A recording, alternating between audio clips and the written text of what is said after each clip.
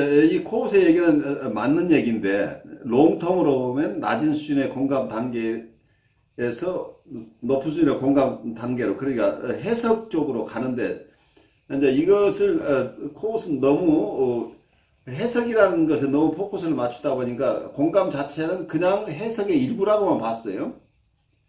어떤 면에서 해석을 하기 위해서는 이해 국면이 있고 그 다음에 설명 국면이 있다. 그래서 이 두 개의 프로세스를 합쳐서 하나의 해석이 일어난다. 이렇게 본 거죠. 그래서 공감이 마치 해석을 하기 위한 전제 조건으로 보고 있는데 이 부분이 코웃이 클리어하지 않았던 부분으로 저는 보여요. 왜냐하면 일정한 치료 기간에는 해석이 발붙일 틈이 없는 상황에서도 환자의 치료가 일어난다는 것을 이해를 해야 된다. 해석을 하지 않은 상태에서도 정서적인 어떤 정서적인 커뮤니케이션을 통해서 그래서 아까 얘기한 홀딩이나 컨테이닝을 하는 그 기간 동안에 아이가 잘한다는 얘기. 어쩌면 환자가 어떤 자기의 응집력, 그래 셀프 자체가 응집력이 생겨가는 과정이니까 이때 심리 구조가 형성되는 것을 이것을 치료라고 안 할 수 있느냐는 얘기예요. 근데 그것이 공감만 가지고 어떤 치료가 일어나지 않는다고 하는 것 자체가 설명이 있어야만 된다. 그 해석이 있어야만 이거 해석만이 금과 옥조다고 하는 전통적인 이론에 너무 거기서 헤어나지 못하고 자기의 좋은 것을 여기서 분리시키지 못하고 있었던 설명이라고 저는 안타깝게 느껴져요. 이걸 스파르타니스는 이걸 확연하게 구별해서 여기서는 해석 안 되니까 이 당시에는 해석하려고 하지 마라. 특별한 경우에는 물론 할 수 있지만 대부분의 경우는 해석으로는 할 수 없으니까 해석이 이외에 다른 인터벤션을 사용해야 된다. 그래서 다른 인터벤션들이 치료 기법이라는 것을 명확하게 하고 있는데 코웃은 이 부분에서 기법을 충분하게 발달시키지 못한 부분이죠. 왜냐하면 이 공감이라는 것 자체를 해석의 일부라는데 너무 거기에 그 틀 안에서만 이해하려고 하는 애씀이 너무 오래 지속됐다는 게 조금 안타까워요. 이걸 조금 독립시켜서 해석으로 치료가 안 되는 기간 동안에는 독립된 치료 기법이 있을 수 있다고 하는 것을 밀어붙이지 못했던 것으로 보여요. 이제 이런 어떤 공감에 대한 오해를 불식시키겠다고 하면서 들고 나온 사례는 오해를 불러일으킬 액팅아웃 케이스를 들고 나왔죠. 원래 이거 사이카라지 쪽에서 본다면 언어를 통한 치료인데 어떤 행동화, 자기 신체 접촉을 한다는 건 금기사항인데 이건 공감의 예로서 이걸 들고 나왔다는 얘기예요. 그러니까 제가 보기에는 코웃 안에 마지막까지 갈등 구조가 지속됐다는 얘기. 한편에서는 자기는 당신들과 다르다고 주장하면서 또 한편에서는 내가 당신들과 다르지 않다고 또 주장하고 있는 묘한 갈등 구조가 아마 이분이 마지막까지 해소하지 못하는 갈등 구조 같아요.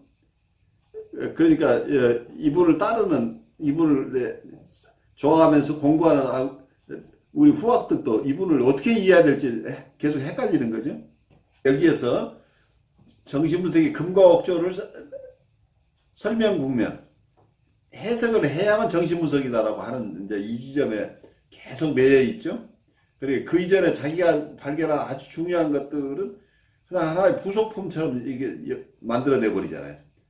사실은 그거 자체가 굉장히 중요한 의미를 가지고 있는 발견임에도 불구하고 그걸 자기 것을 귀하게 프레젠테이션 하기보다는 사실은 이건 그냥 전제적인 것이고 정신분석이 일어나려면 해석이 일어나야 되기 때문에 그 밖의 것들은 다 부수적인 것이라고 격하하는 것 같은 느낌이 들지 않나요?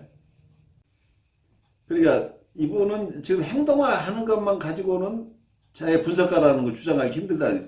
설명을 붙였어. 그러니까 해석을 함으로써만이 분석가로서의 지위를 유지했다고 느끼는 것 같은 정서를 계속 전달하고 있죠. 그러니까 해석을 하지 않는 분석가는 분석가가 아니다라고는 이제 이런 것이 굉장히 오랫동안 이분을 자기 영역을 구축하는데 그게 방해용이 된 것으로 느껴져요. 자기는 조금 그걸 분리해서 생각하면서 자기 나름대로 해석으로서 해결되지 않는 영역에 훌륭한 인터벤션들을 이렇게 그 기반을 쌓았는데 그 기반을 자기 거라고 주장하지 못하고 한쪽에서는 자기 거라고 주장하고 싶어하는 욕구와 한쪽에서는 그러면 비난받을 것 같은 두려움 때문에 제 것은 별거 아니에요라고 셀프어택을 하는 모습이 지금 같이 있죠. 그 이전까지 자기의 주장을 역동이론을 부정하고 싶어하는 코웃의 어떤 자기 중심으로 자기 셀프 중심으로 설명하면서 역동 이론과는 전혀 역동 방어 이론과 전혀 다른 어떤 새로운 이론을 세우고 있으면서 그러니까 여기서 역동 때문에 사람들이 망가지는 게 아니다 라고 하는 거죠. 자기의 그 셀프 아브젝트라고 그걸 아브젝트 자기 대상들의 충분한 돌봄이 없어서 셀프 자체가 제대로 형성되지 않은 것. 그래서 셀프 자체의 결함 때문에 대부분의 사람들이 고생한다.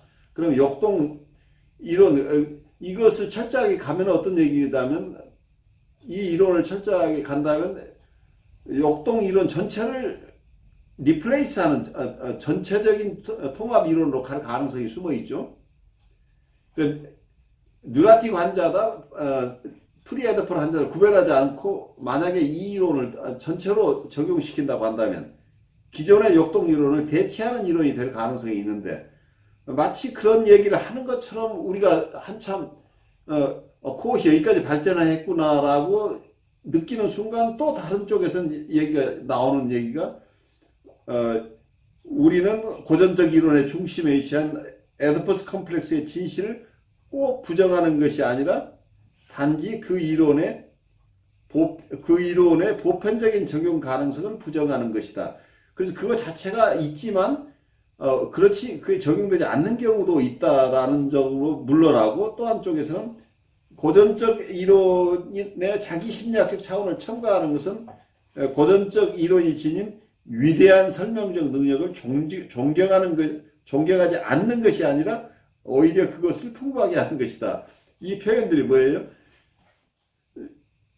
기존의 이론들을 내가 전혀 존경하지 않는 것이 아니다. 그 존경한다라고 표현을 존경하지 않는 것이 아니라 내가 진실을 꼭 부정하는 것이 아니라 이제 이런 그 표현들 자체가 억지로 화해하고 싶어하는 이런 모습들로 드러나죠. 그래서 자기 이론을 스트레이트포워드하게 확실하게 세우지 못하는 안타까움이죠.